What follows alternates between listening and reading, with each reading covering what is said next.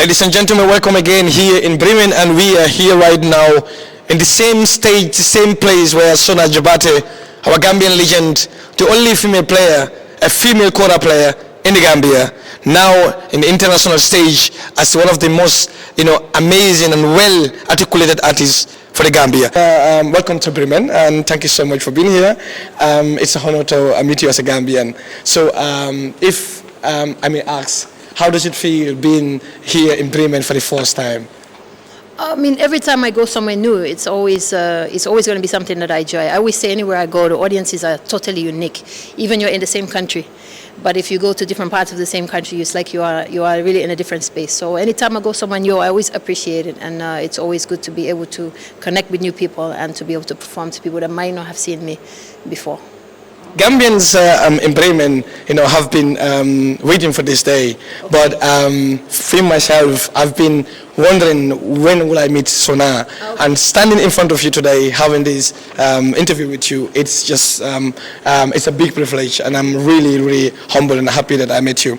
And if I may ask again, you have become a cultural icon for our country, also globally. How is that feel for you carrying that responsibility and also the pride wherever you go? Of course, it's a huge honor for me. I always say that I rest on mighty shoulders, and that comes with responsibility.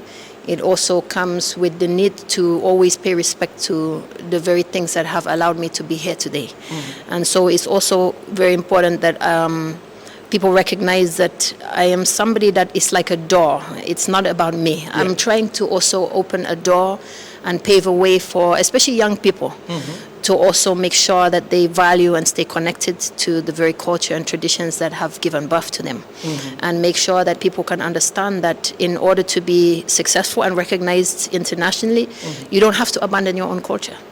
It's possible to do it from within, and that's something that I feel very proud that I can do for young people. So in a sense, I kind of say I'm a medium. I'm not the object, just a medium that allows people, hopefully, to feel proud and inspired of what belongs to them. I think young people are inspired. I met just a young boy who was standing with me down there saying that many years have been watching and listening to your music, even today in the morning. Every day when he wake up, he listens to your music. And hearing that seems like you are playing an impact on people's life. But again, being the first female kora player for the Gambia, also now globally, how does it feel for you? That's something I've come to accept later. For me, the passion I've had for the tradition and the instrument was not attached to me being male or female. It was just something inside of me. So as you can imagine, most of my life, it's been something that I didn't like, being female and having to be outside and different, not able to experience the same way that men can experience learning the kora and being part of that process. But later on, I would say in recent years, it's been something that I really fully embrace because of the fact I'm seeing the impact on other young women. And it's part of what I say, you can always say things to encourage people, but what is far more powerful is what you represent and what you do, mm-hmm. is your actions. Yeah. And so for me, it's the fact that my students, for example, at my academy in the Gambia, it's the very fact of me being me, which also motivates them. And I think that's more powerful than whatever words I could ever say to them. So now I value that and the power and the impact that's able to have on young women. Incredible. We have seen that your work impact many people. People like Binta, who have been here for many years. I even spoke to Binta. The interview we had, she told me that she have worked hard for 2 years just to reach and make sure that Sona Jobarteh is here today. And we had you today. Binta, how do you feel? I'm really happy that Sona is here in Bremen and Sona is in Lundu Efau, and this is really what we were working for. We tried so hard for 2 years trying to get her contact, but then at the end, we got her today. And I would like you to answer with that, okay? So I start and you reply.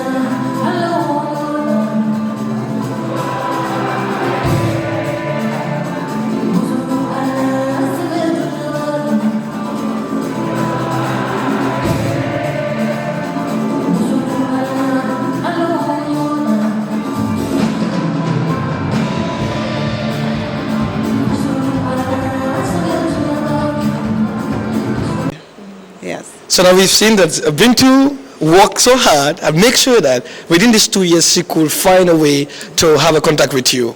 And after getting this communication between your management and Bintu, and they told you it's a Gambian who is behind this, I know it's an organization, but she is, the founder. How does it feel for you? Anytime, you hardly have to ask. Anytime I can see Gambians doing things, making representation outside of the country, it's always something to be proud of. I always say we are strength in numbers, not in our individual, but our strength in numbers. So that's something that, of course, without questioning, we have to always celebrate that. We know that Sona is having a big project in the Gambia. Yes. You have a school in the Gambia. Can you tell us a little bit about that? And what is the inspiration behind? The inspiration behind the academy is really that one of the most important things in my life, the most important thing, yes, the most important thing in my life. Most people think it's the Quran because that's what they always see. Yeah. But I told you, music is just my language. It's just a way to communicate. And it's a very powerful one because no matter where people are from, they can understand music. Yeah. It's like a way we can share something. Mm-hmm. But what am I sharing? That's what I'm asking. And this is something I also ask other musicians. It's not just to make music, but why? What are you trying to share? What are you giving? What impact are you trying to make on society through your music? And that's something that I feel that a lot of artists forget, that it is a means of communication, not a product in itself. Mm-hmm. So my music is, for me, my mission, my passion in life is the development of education on the continent of Africa. Mm-hmm. Of course, I'm starting in the Gambia because that's where my family and where I'm home, but it's something that is far bigger even than just the Gambia. What I'm doing is developing a curriculum that is liberating the mentality and the progress and contributing to economic and social development in Africa. And that, for me, can only be done sustainably if we actually start to rebuild our education systems and allow young African people to understand that they have to start with who they are first. They cannot go and learn about themselves from the outside and come in. And there is, unfortunately, continent-wide, we are still producing generations upon generations of young people who grow up with a mentality of dependency. Yeah. And that is fostered within our education systems. Why? Because the very education systems we still have today are the legacy, the descendant of the very same education system that was brought to Africa during the colonial times. And that was an education system that was literally set up to disempower and undermine African people. So when we are trying to now celebrate and move forward through independence, political independence, we have to really critically think about what have we done to the education systems to decolonize them, because that is what every young person passes through. And you know, just as I do, every single Gambian, not just Gambian, you go out of the Gambia, you see the same story. Everybody goes to school. They learn their foreign language first, right? They learn everybody else's culture first. They dress in their own European clothes to come to school. What do you think that's teaching them?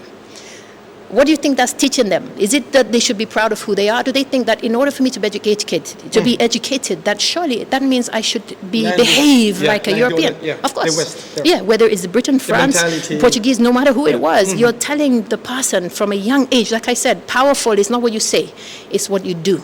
So when you force a child to go to school and speak a foreign language, dress in foreign clothes, and learn everybody else's culture before your own, and then we're surprised at how many people are trying to abandon the continent, not part of that development process. They're not given the tools, right? We can't be surprised at what happens. They're given no other option, right? Most people just want to survive. So when we talk about even immigration, that's a big issue. I say the education systems have a big role to play, because what we're doing is we're developing kids. After 18 years in school, you're coming out with a piece of paper. What are you supposed to do with that? Wow. A piece of paper doesn't get you a job. A piece of paper does not develop your nation. So what I'm doing now is, in the years that we are in school, before they leave, those students have to have their own businesses up and running. Every student has to be understanding and knowing their specific contribution to the development of that nation, and given the tools whilst they're in school to do it. So they don't come out with a certificate and now what? You know, they are given something that when they leave, they understand how to stand on their own 2 feet within their own country. So that, for me, is talking about sustainable development.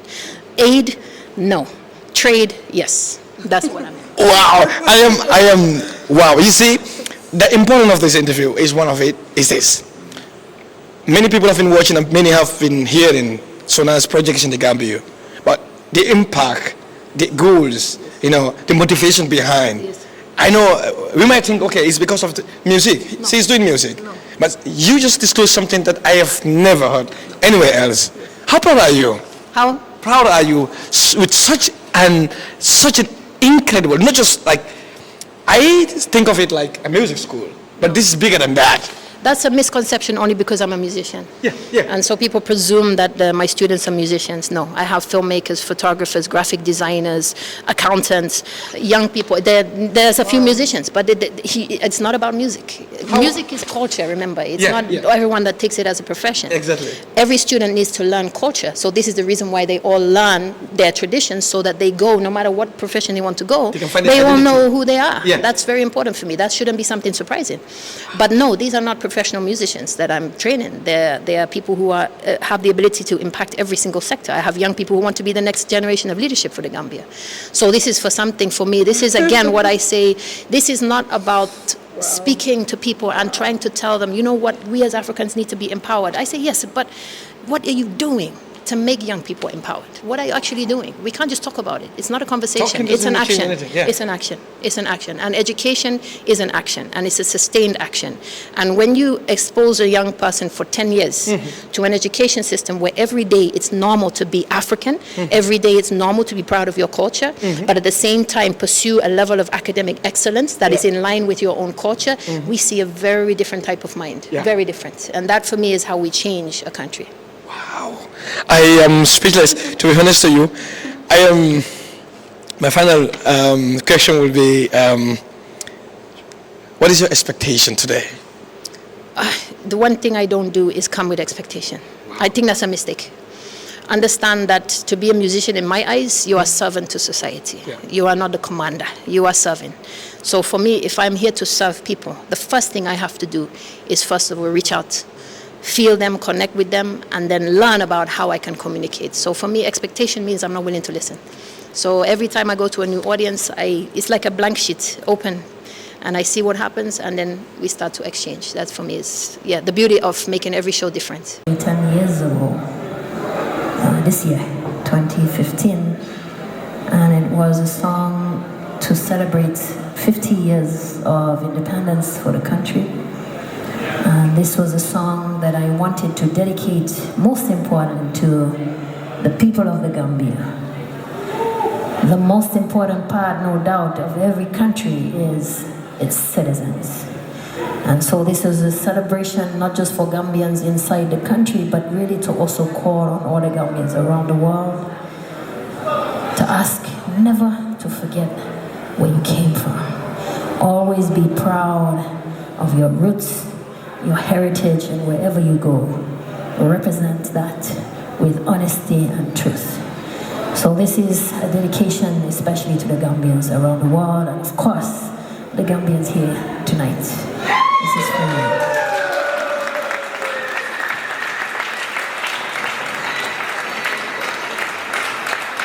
I want to say a special thank you, Binta over here, for having me here tonight. Persevering to make it happen. I know it was not easy, so thank you for bringing us here tonight to share with you this. Exactly. I know how hard it is to put on something like this, so thank you. Also, this song is extremely important to me because the year I wrote the song in 2015 is the same year I did the most important thing in my entire life, and that was to open my academy in the Gambia. That is called the Gambia Academy. Now that day of my life, 10 years ago, I can say in many ways was the start of my life. And no doubt, from now until I'm living, until I stop breathing, that will be the definition of why I know I'm alive in this world. Yes, I'm sure most of you know me as a performer and a musician, but I always say to people that music is just a means to an end. It's not the end in itself. Music allows us to share with people, connect with people, and communicate. And for me, what is in the essence and at the center of that communication is the work that I do and the importance in education. The Academy in the Gambia is, unfortunately, the first of its kind in the country. And that is to have an institution that teaches young people how to be educated, of course, but most importantly, to understand the importance of their own culture, their own history, and their own identity.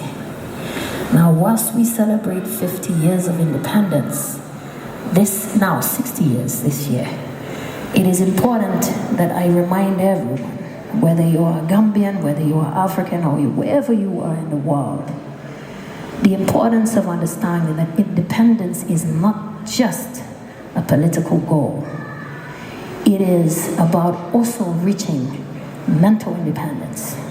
It is also about reaching economic independence for our nations across the continent of Africa. And that cannot be realized until we address the very education systems that were systematically implemented across the continent in order to enforce and sustain colonialism. Since that time, we have been struggling to emancipate ourselves mentally from the concept that was embedded deep in our minds that we are not first, not second, but third-class citizens in this world.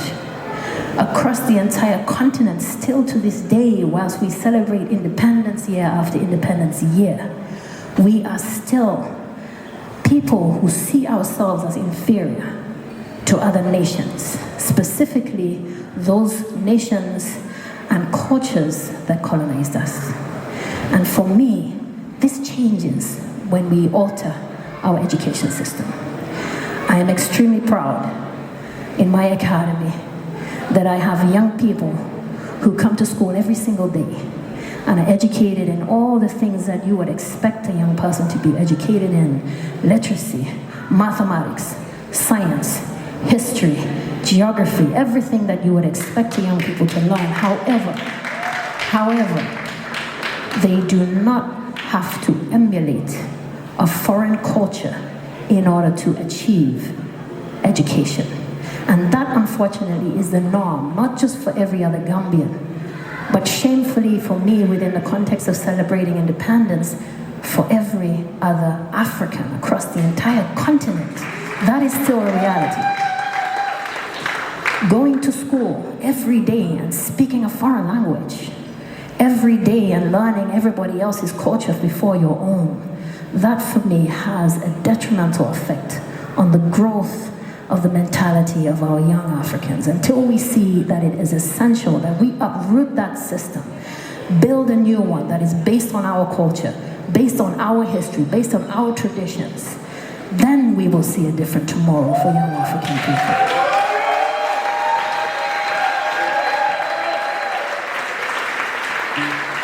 So as we play this song, Gambia, it is within that context that I also celebrate the hope and the vision that I have for the future, for African people to be proud of who they are, not through having to speak to them and tell them to be proud, but just to come to school every day and experience that as a norm. That's my dream and my vision, and I'm so proud. 10 years down the line, I now have students who are demonstrating just what happens when you expose them to a different education system every day. That's my dream, what I'm focusing on.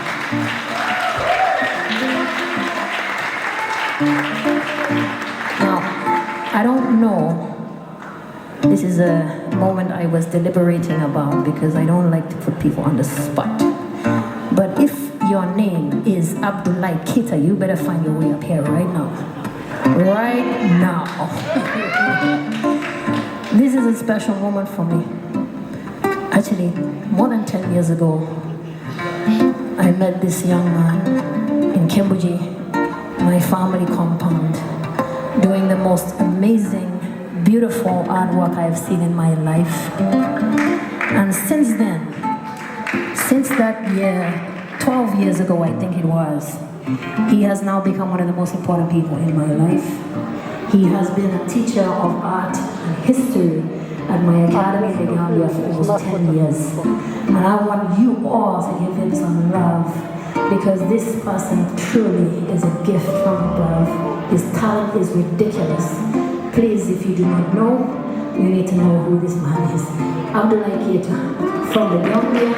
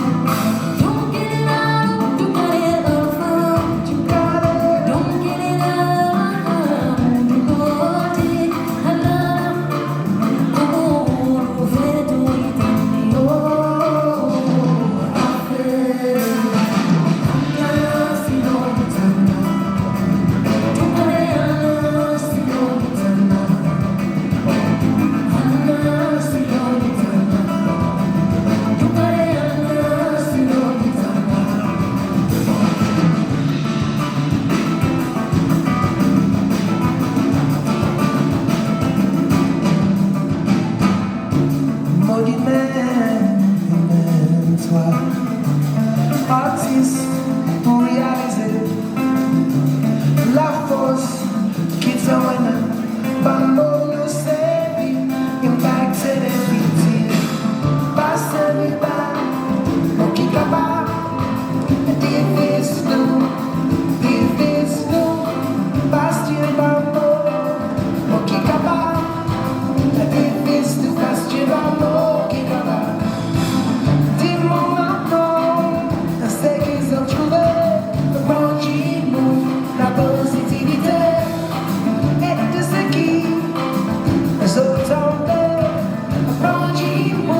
La positivité. Artiste, mon père adresse, moi et toi, tout élevé, sans blé. Non, si l'eau est un âme, tout est un âme, si l'eau est un âme. Allah, si l'eau est un âme, tout est un âme, si l'eau est un âme.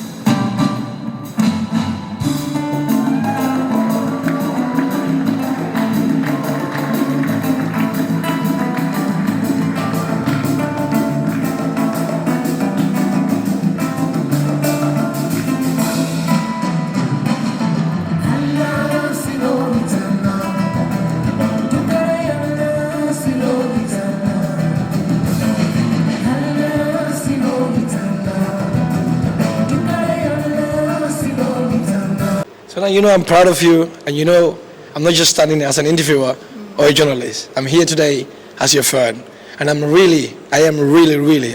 appreciate it. You spend your time, and your manager exactly the same, finding just small time to give us, for us Gambians to understand and see.